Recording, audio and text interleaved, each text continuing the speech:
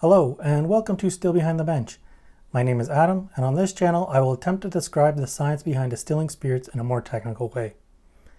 Hopefully it'll whet your appetite to learn more and teach you enough so that you're more self-sufficient. So for this video I'm going to talk about inulin, starch, mashing, and the iodine test. But before that, I want to thank all my subscribers. Finally got over the 100 subscriber mark. YouTube has given me this dedicated channel URL because of it. And again, I couldn't have done it without you guys. And yes, big thanks to everyone that has subscribed. So let's get started. All right, so both starch and inulin are carbohydrates that are created by plants to store energy. Starch is a more predominant method, but I'm going to start this video on inulin since there isn't a whole lot to talk about when it comes to inulin.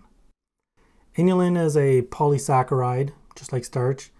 It's in a class of molecules called fructans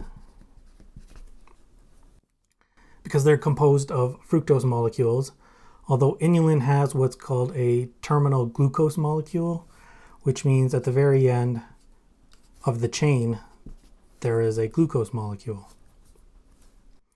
Very few sources of inulin are available to distillers. Especially to hobby distillers, after some research, I came to the conclusion there are really only 4 viable sources for us. That is, if you aren't just buying pure inulin. First one we have is the agave plant. Some of you may know this is used to make tequila and mezcal.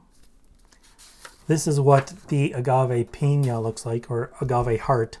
So what they'll do is they'll take a bunch of these, they'll cook them, and that breaks down the inulin into fructose, and then that's the fermentable sugar that the yeast uses. The second source is called the Jerusalem artichoke. This is the flowering portion. And then this is what it looks like underneath. Essentially just looks like a potato, really. Bunch of weird looking potatoes. But it's a tuber, so other names for the Jerusalem artichoke are the sunroot or sunchoke because it's related to the sunflower. The next one is the yacama, also called the Mexican yam bean or Mexican turnip because it looks like a turnip. It's called the Mexican yam bean because it actually grows a bean as well, but all we would really be concerned with is the tuber underground.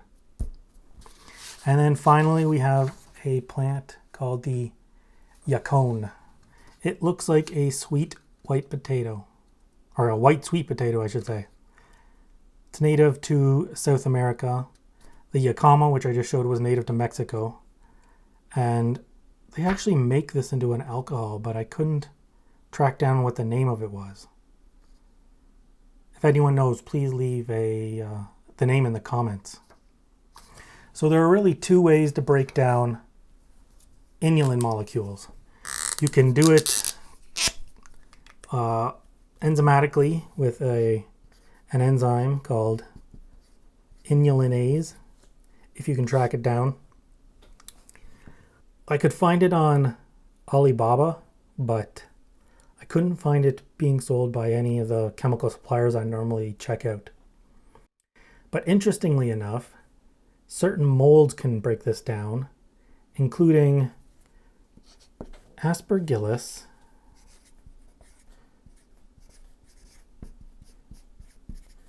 oryzae. Now I don't know if I've ever talked about this mold before, but this is the same mold that's used in Japan and Korea and China to make their koji, which is used to make sake, soju, and baiju or shaoju.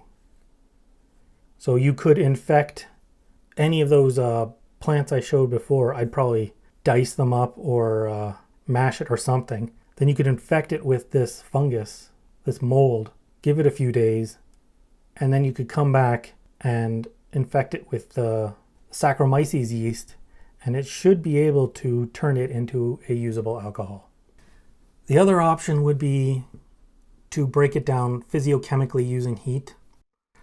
Sometimes when making mezcal, what they'll do is they'll take the agave hearts and they'll essentially put them inside what is a giant pressure cooker, and they will steam cook them. In tequila, they will often state that they are roasting them, but realistically only a small part of the outer agave hearts is actually roasted. What's happening is the water content inside the agave heart is still pretty high. It's not the highest, but it's still pretty high because it is a succulent. And that water will turn into steam, and the agave hearts essentially get steam cooked inside the oven that they build, or the natural pit oven that they make outside. You can also boil inulin in water. I was reading a study about, they did it a bunch of different ways, and it seems the best method was to do it at 100 degrees Celsius for a minimum of 55 minutes and a pH of 3. Do this and you'll get a minimum of 92% conversion, which is pretty great. But let's talk about starches now. Starches are polysaccharides in a class of molecules called glucans, for obvious reasons, because it's made up of a chain of glucose molecules. They don't have a fructose as the terminal molecule though. Starches are comprised of two different molecules. One is called amylose, and the other is called amylopectin.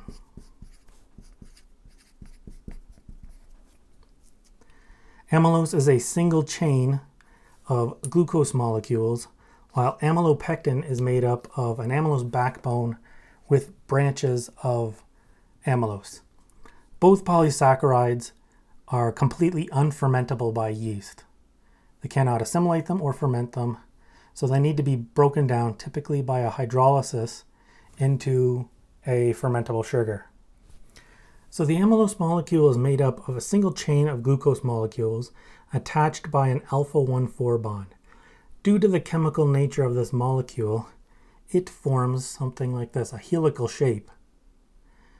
Amylopectin, on the other hand, is made mainly of a main amylose chain with a bunch of branched amylose chains coming off of it, and those branches are held in place with what are called alpha-1,6 bonds. So here, let me get the, it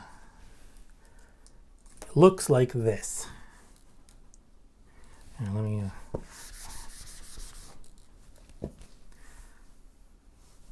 so these will be our 1,6 bonds here. So we have our two molecules, amylopectin and amylose. However, in starch form, in the plant, both molecules are tightly compacted together in what's called a starch globule. So all your amylose will be like this, and do a nice little starch globule like that. I'm not going to compact this one up, but yeah, it's all tightly compacted. It's like this to both save space and so that should enzymes show up, which they do when you start malting, or if you're trying to germinate the seed to grow another plant, not all the starch will be easily converted in one simple go over a very short amount of time. So the seedling can live off of that starch for, days, weeks, even months. But we want to get at that starch. So we perform a process called mashing, because not only is that starch unusable by our alcohol fermenting yeast, it's also not water soluble, meaning the enzymes that dissolved in the water cannot attack those starches very easily. So mashing is a 3-step process, although you consciously really only control 2 of the steps.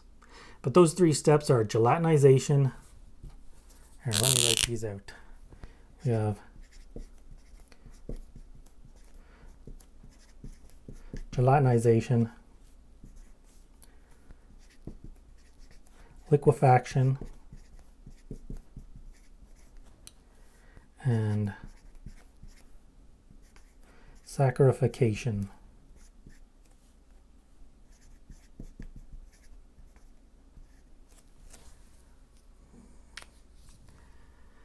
Gelatinization is where we take the starch globule and we start breaking it apart.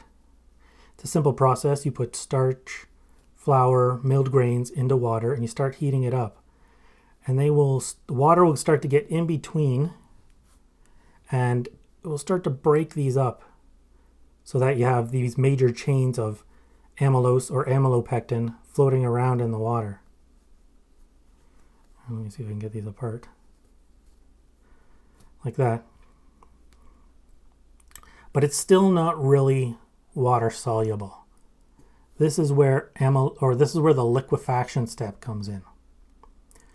Now that these starches are all separated and they're still just sitting in this hot water, water molecules will again come in and start breaking up these amylopectin, or both the amylopectin and the amylose, into smaller bits like this.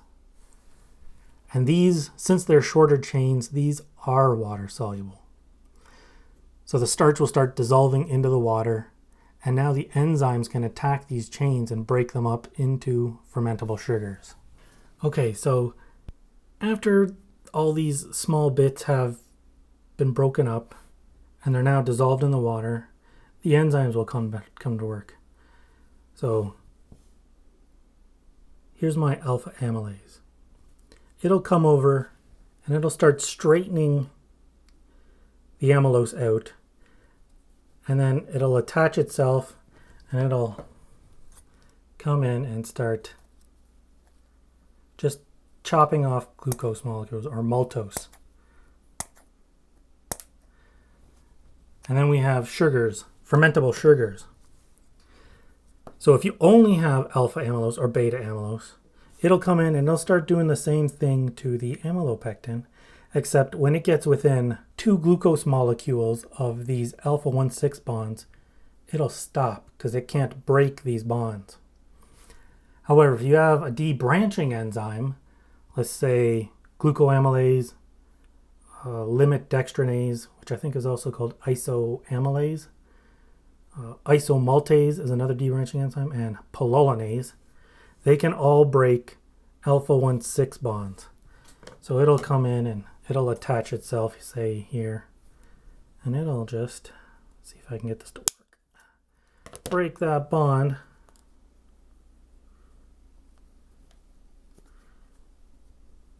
That did not work very well. Let's try this again. Break the bond, and then, did that not work again? Yep, there it goes. Oh, and then this sugar here, or this amylose branch, there we go. We've broken off for either amylose to attach to, your alpha amylose or your beta amylose, or if you're using glucoamylase, it can also break alpha-1,4 bonds, and it'll start turning these into glucose molecules.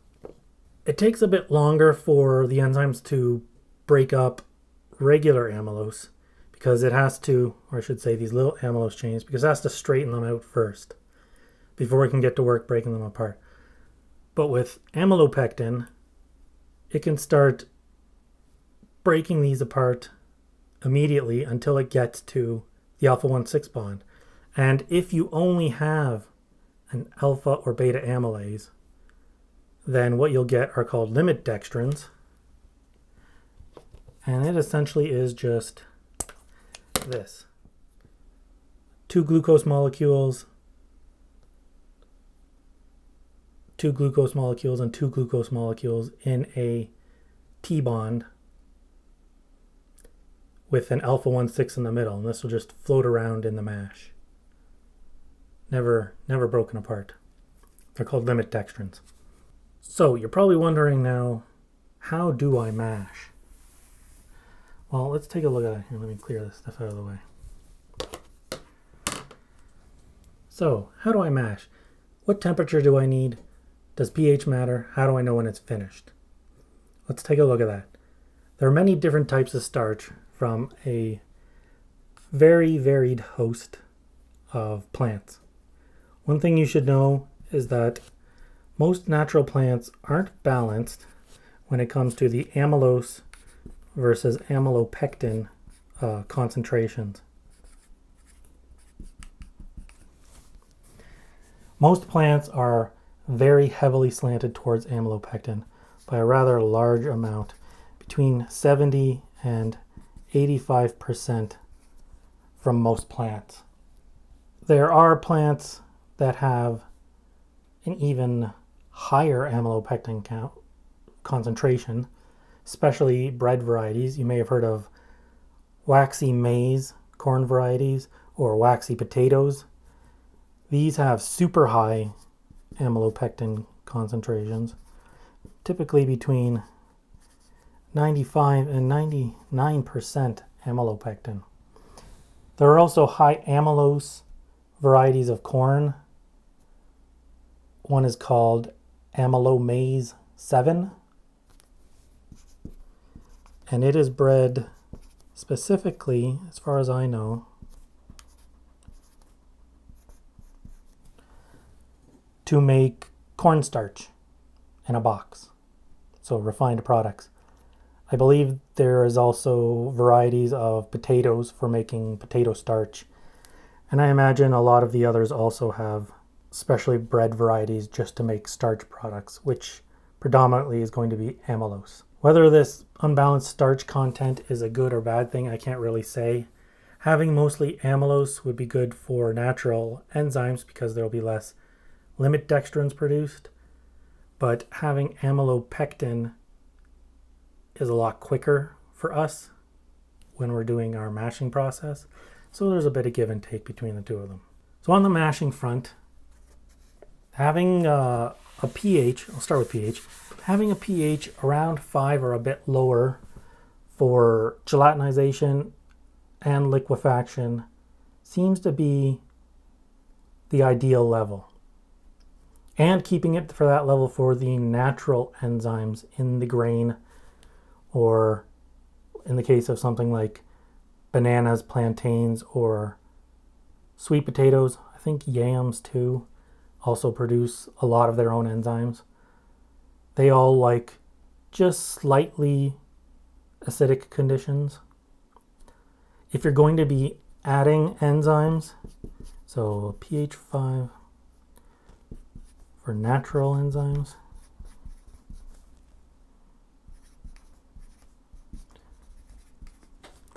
And then for, if you're adding enzymes, since most of them come from bacteria, they actually prefer a pH of 4.5, maybe even a little bit lower to a pH of 4, just because those are the conditions that most bacteria prefer.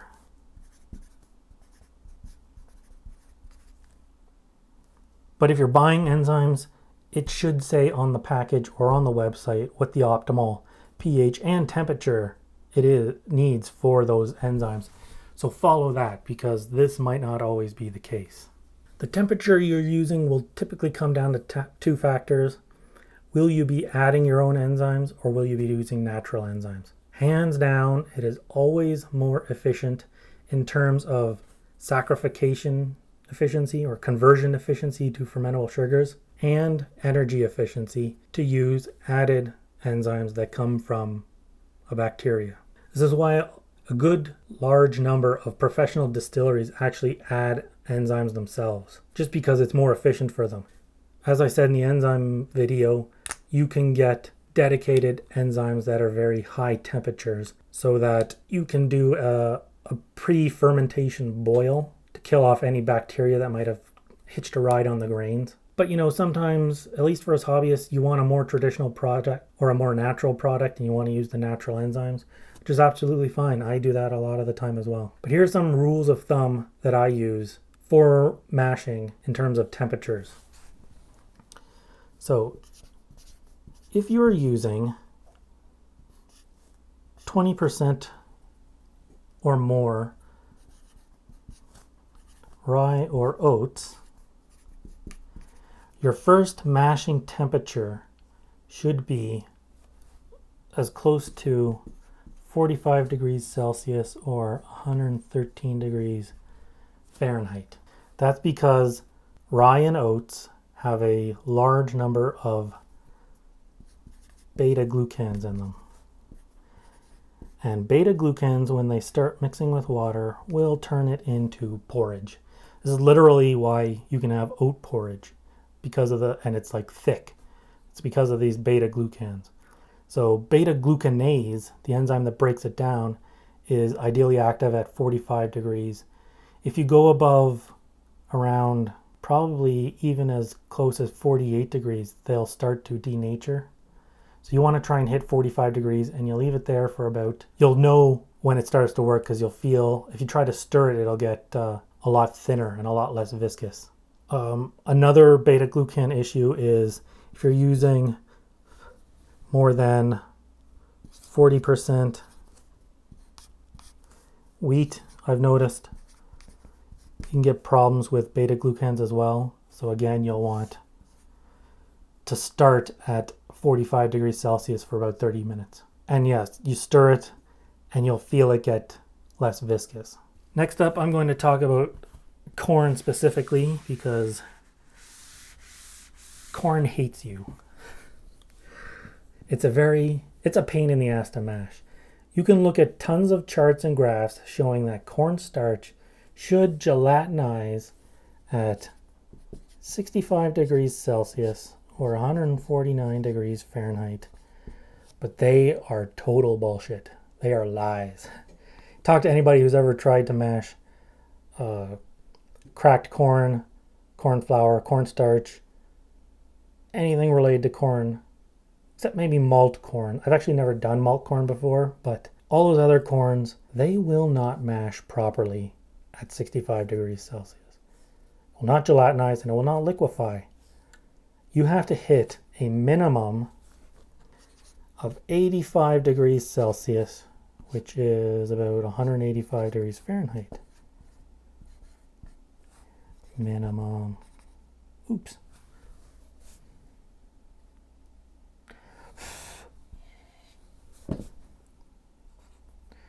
Minimum. I'm not sure why. It's probably due to the compaction of the starch. Corn can actually, if you buy a simple roller-based mill, it can actually damage your mill. Your cold rolled steel, hardened steel mill can get damaged by corn kernels. That's how hard they are. So you want to hit a minimum of 85 degrees Celsius, and you will cook that corn for at least an hour, maybe 45 minutes to an hour. I typically always I just boil it for 1.5 hours or so.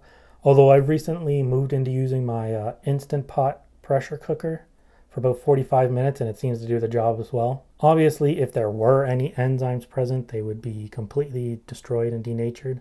But like I said, I've never used malted corn before, and I don't want to spend the extra money using it and getting pissed off when it doesn't gelatinize and liquefy at the proper temperature, and then having to destroy the enzymes that you paid for when you bought the malted product instead. So yeah, 85 degrees Celsius minimum for corn.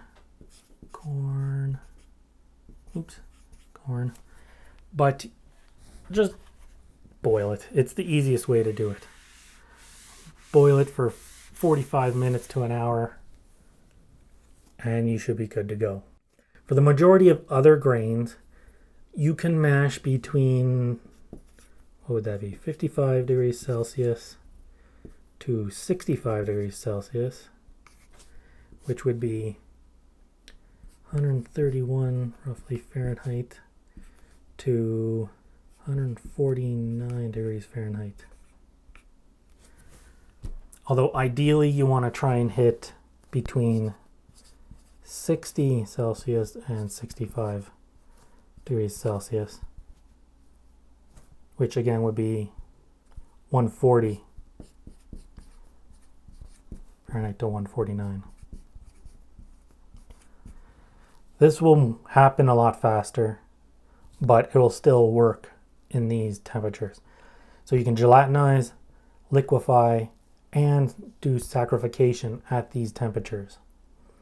Try not to go above 65 degrees Celsius if you're using natural enzymes, as they will start to denature at this temp, but it takes quite a while. Beta amylase will take 2 to 3 hours to denature at this temperature.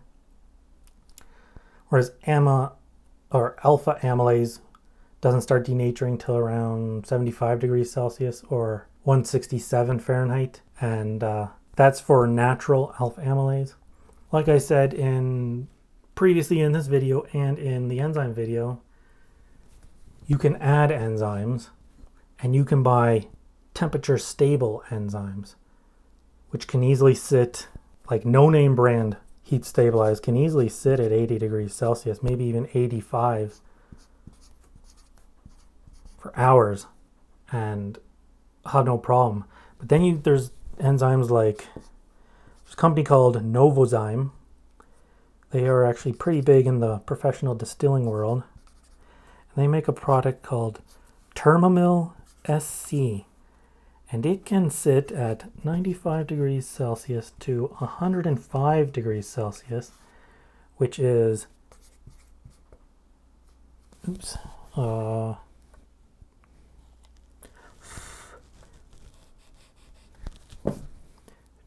203 degrees Fahrenheit to 221 degrees Fahrenheit.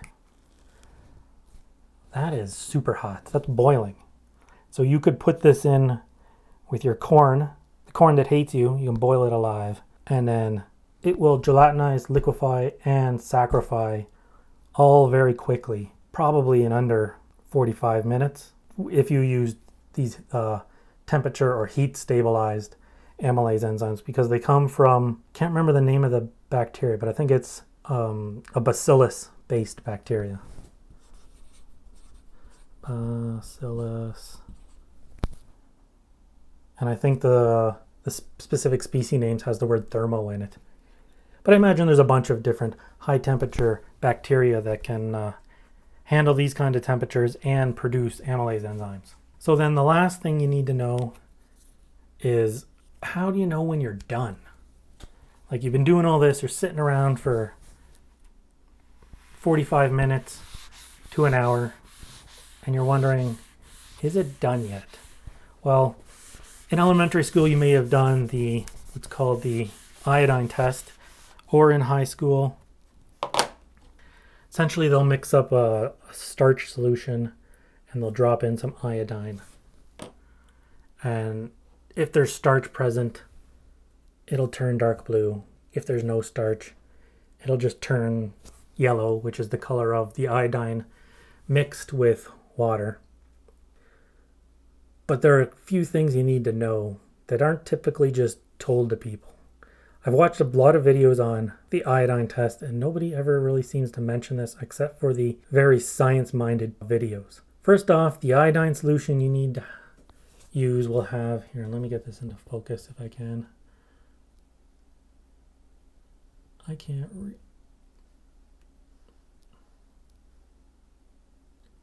There, you should be able to see it now. You can see it says iodine, potassium iodide, and pure iodine. So you need both iodine and an iodide salt in there, because what happens is the potassium iodide in this will separate. So you'll have your iodine, and then you'll have your potassium iodide. I think it's just Ki. Anyways, these will separate into a K plus and an I minus. And this I minus will attach itself to the iodine. And then you get what's called a triiodide ion. So what happens is, I'll get my little iodines here. Get some more pipe cleaners. So here are my iodines. So you have your, I don't have a potassium. Okay. This is now the potassium. So this iodine will break off and it'll attach itself to this. Get rid of that now. It'll travel around looking for something to bind to. So we have our amylose helix here. Essentially what it'll do is it'll stuff itself inside the helix. It'll be more than 3. It'll be a whole bunch. So if you are just starting gelatinization, so you just mix the starch and water, or the grain in water, you'll have the full-size amylose helixes. So you just gelatinize, they've broken apart.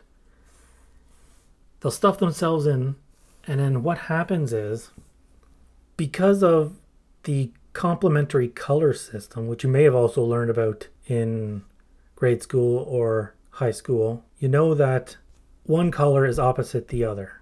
So when this is floating around in the liquid, it'll be absorbing orange, the orange color, because there's a lot of triiodide molecules in here.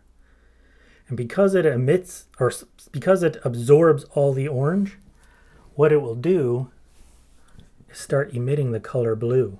So this is why when you put the iodine in there, it turns blue. And the same thing happens with the... So we have our iodine inside this blue little helix. The amylose enzyme, or the alpha amylase enzyme, will come in. It will stretch it. And this iodine will still be attached, and it'll just start chopping away the glucose and maltodextrose molecules. And as there's less and less amylose present, it'll start turning into a light blue, and then essentially, once all the amylose is gone, it'll look like a light yellow or clear color.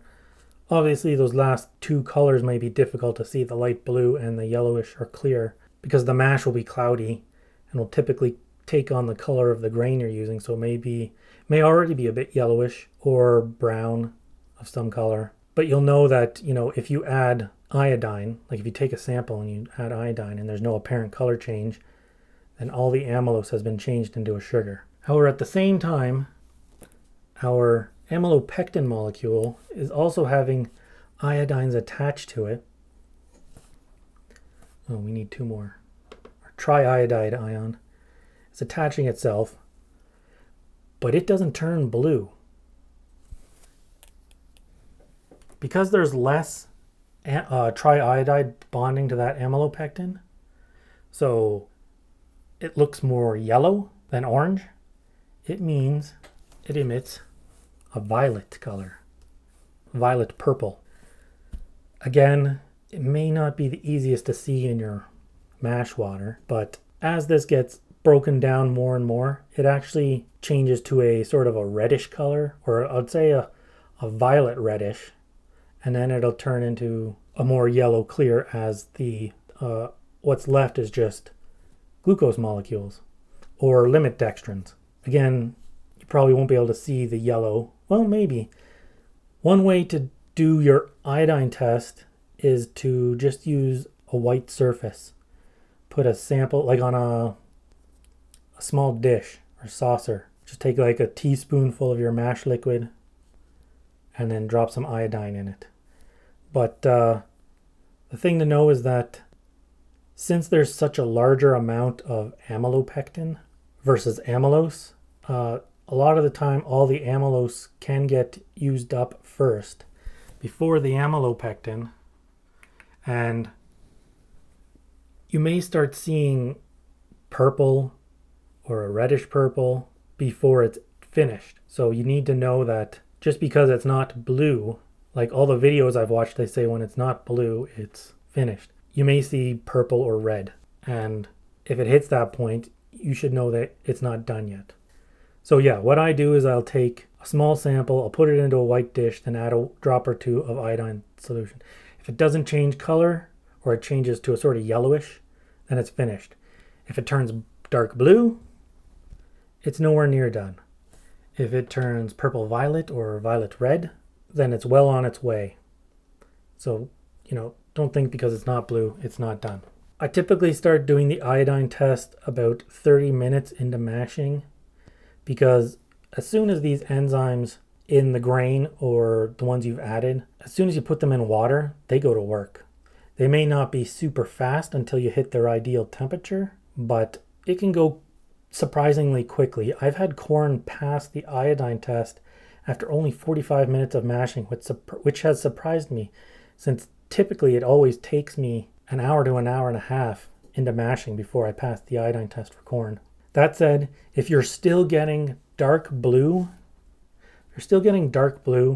even after an hour of mashing, you're sitting at around 65 degrees, I would entertain the idea that gelatinization, like regardless of which grain you're using, I would entertain the idea that your gelatinization didn't happen properly. And I'd think about changing your process and adding enzymes if you didn't already. But first, what I would do is just crank the heat up to around 85 degrees Celsius, 185 Fahrenheit, for around 30 to 45 minutes.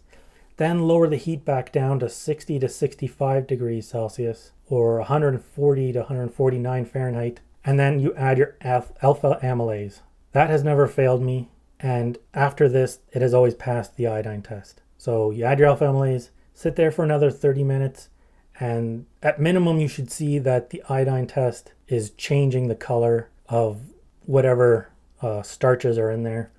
It shouldn't be super dark blue. It may be a lighter dark blue. It may be turning that purple or even reddish. So you're going to let it cool. And then once you've hit 55 degrees Celsius, I drop in glucoamylase to take care of any limit dextrins that are left over. And then you just let it to continue to cool. Like, you don't have to hold it at 55 degrees Celsius or 131 Fahrenheit. Just once it hits that temperature, add your glucoamylase and just let it keep cooling off till it hits fermentation temperatures, and you can get ready to ferment. Now, the last thing I want to note, and it doesn't really have anything to do with starch, inulin, mashing, or the iodine test, but if during your mashing process you never get above 70 degrees Celsius or 158 Fahrenheit, I suggest you take it above that temperature, ideally above 71 degrees Celsius or 160 degrees Fahrenheit, for at least 5 minutes. Doesn't really have to be much more than 5 minutes. I usually go 10 and then that's it, before you let it to cool to fermentation temperatures. This makes sure that any bacteria, funguses, or anything else that may have been on the grains that you're using or what other feedstock you were using, makes sure they're dead and they won't take over during your fermentation, because that can be a pain. You're essentially going to be losing sugars to this bacteria or fungus that's in there. All right, and that is it for this video on inulin, starch, mashing, and the iodine test. I do intend on doing another video on the iodine test in the future, showing all those possible colors that can come up, but I want to do it right, and buying pure amylose and amylopectin turns out to not be very cheap, so I couldn't do it for this video. But don't worry, a video will be coming up soon enough. Places to get the iodine, I should also mention, I bought this on Amazon. I bought a couple bottles of it. It's not super expensive. I think this was like $8 Canadian. You can also probably go to your drugstore, your local pharmacy drugstore. They probably have iodine as well. Just make sure it has both pure iodine and some sort of iodide salt. So potassium iodide, sodium iodide, maybe calcium iodide. I'm not sure if that even exists. But yeah, the iodide salt and iodine. Doesn't have that, it won't work properly. And yes, that's it for this video. I hope you enjoyed the video. Please click like and subscribe if you want to see more. Again, thanks to all my subscribers so far. Couldn't have done this without you. And have a great week.